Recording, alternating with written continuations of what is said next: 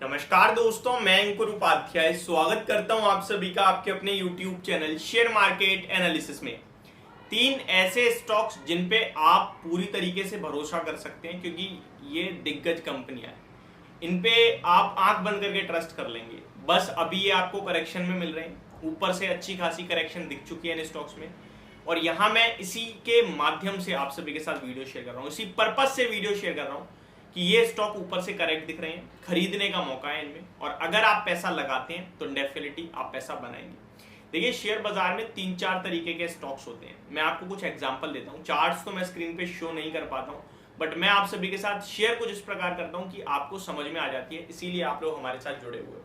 देखिए, एक शेयर वो होता है जो 100 रुपए से चलते चलते चलते चलते 4-5 महीने 100 रुपए पे ही रहा और अचानक से 200 का हो गया, फिर 200 के आसपास चला, इस बीच में सबने उसकी तेजी देखी, सबके फोकस में आ गया और 200 से फिर दोबारा गिर जाता है, 120 आ जाता है, फिर वहीं बढ़ा रहेगा 5-7 महीने, फिर एक साथ चलेगा 250 हो जाएगा। ठीक है, तो ये एक साथ का मेरा मतलब है 6 महीने में चलेगा, 6 महीने शांत रहेगा, 2-2.5 साल में वही रिटर्न दिए 20-25% की कैगर से। बट एक्चुअली में जो इतनी वॉलेटिलिटी आई ना, इसमें पैसा नहीं बना किसी का, क्योंकि इंसान हमेशा गिरते समय बेचेगा और बढ़ते समय खरीदेगा। टॉप के आसपास खरीद लेगा, नीचे आएगा तो बेच देगा, वो पेशेंस लूज कर देता है। कुछ स्टॉक होते हैं तो कंसिस्टेंट परफॉर्मर होते हैं, 100 से 120 जाएंगे, 120 के गिरेंगे तो 110 ही गिरेंगे, फिर 110 से 135 हो जाएंगे, फिर 120, फिर इस तरीके से वो स्टॉक चलते ही चले जाते हैं। ठीक है जी। अब मैं आप सभी के साथ कुछ ऐसी शेयर कर रहा हूँ जो कंसिस्टेंट परफॉर्मर है। पहला नाम आता है मेरी लिस्ट में भारत की सबसे बड़ी कंपनी का, रिलायंस का।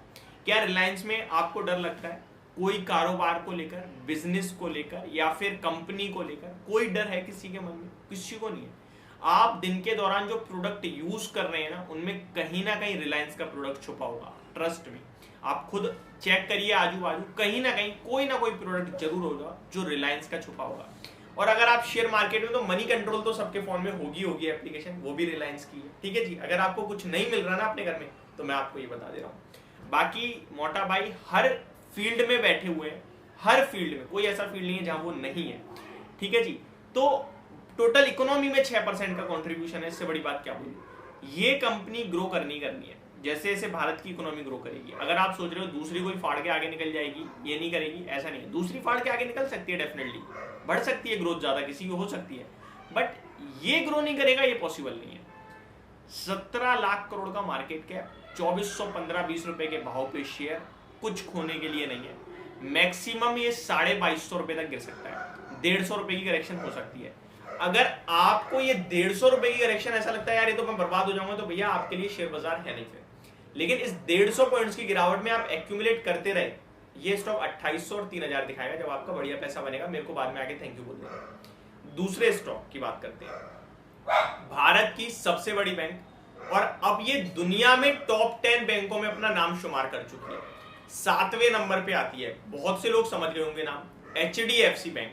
करंटली और बीते 2 सालों में कोई परफॉर्मेंस आई नहीं है इस बैंक की तरफ से, लेकिन अगर आप क्वार्टरली नंबर उठा के देखेंगे तो वहां आपको दिखेगा नंबर ऑफ ब्रांचेस जो है ना बैंक ने, वो बहुत ओपन करी है।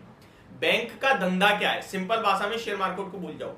बैंक का धंधा है, हम लोग, आप लोग जो भी है, बैंक में आके पैसा डिपॉजिट करते हैं, उसके बदले बैंक आपको एक छोटा सा इंटरेस्ट देती है।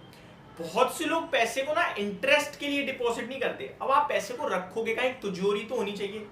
तो एक तरीके से बैंक इस लिए यूज होती है कि लोग अपना पैसा रख सके। वो आपको एक इंटरेस्ट तो दे रही है नाम के लिए, बट छोटा है, लेकिन उस पैसे को वो बाहर लोन के रूप में बांटती है, जिससे मोटा पैसा बनाती है।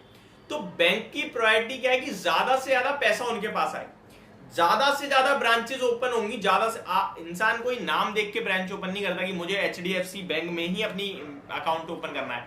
जो उसके घर के सबसे पास बैंक होती है ना, उसी में वो अकाउंट ओपन कर लेता है, चाहे वो सरकारी कंपनी छोटी से छोटी बैंक हो या वो दिग्गज HDFC SBI हो।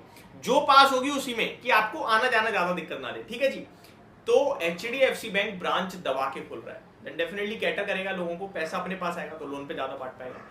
ये अभी इतना बड़ा होने के बाद बेस और बड़ा कर रहा है, ये आने वाले 2-2.5 सालों में बहुत बड़ा पैसा बनाने वाली है। लिख के ले लो आप मेरे से, ये मेरी तरफ से दूसरा स्टॉक है। तीसरा, भारत एक कंजप्शन थीम है। कंजप्शन थीम आप मानते हो ना, पॉपुलेशन के मामले में नंबर 1 है, तो खपत जो है ना वो बढ़ती रहेगी खाने की। जो भी चीज हमारे भारत देश में प्रोड्यूस हो रही है, हम लोग एज अ पॉपुलेशन बहुत बड़े हो चुके हैं, नंबर 1 है। तो खाने पीने के मामले में कंजप्शन बढ़ेगा। फास्ट मूविंग कंज्यूमर्स प्रोडक्ट जो है, एफएमसीजी हो गया, एफएमईजी हो गया, ये बहुत तेजी से ग्रो करेंगे। एफएमसीजी से मैं आप सभी के साथ शेयर कर रहा हूं ब्रिटानिया इंडस्ट्रीज। देखिए एक छोटा सा कारोबार है बिस्कुट का, 1 लाख करोड़ का मार्केट कैप है। छोटा सा मेरा मतलब है बिस्कुट ऐसा है कि 10 रुपए का भी मिल रहा है, दुकान पे आए ले लिया, और ये नंबर 1 बैठे बने वहां पे। तो बिस्किट के मुझे लगता है आगे चल के कारोबार और बढ़ेगा। खपत आपको जैसा कि बोला, कंजप्शन थी, ये स्टॉक डेफिनेटली पोर्टफोलियो का हिस्सा होना चाहिए। ये मेरी तरफ से 3 स्टॉक्स थे। पूरा मैंने जितना मेरे समझ में आती है चीजें मैंने आप सभी के साथ कोशिश करी शेयर करने की, और आप लोगों को समझ भी आई होगी। अगर इन बिजनेसों को इस तरीके से देख के इन स्टॉक्स को खरीदते हो, पैसा बना लोगे, लेकिन शेयर का प्राइस देख के पैसा लगा रहे हो, गिरते समय डर रहे हो, तो नहीं बना पाओगे। मैं तो क्लियर बोल रहा हूँ। तो ये मेरी तरफ से आपके लिए राय थी। होप आपको पूरी वीडियो समझ और पसंद दोनों आई होगी। Thank you so much for watching this video. Have a great day guys.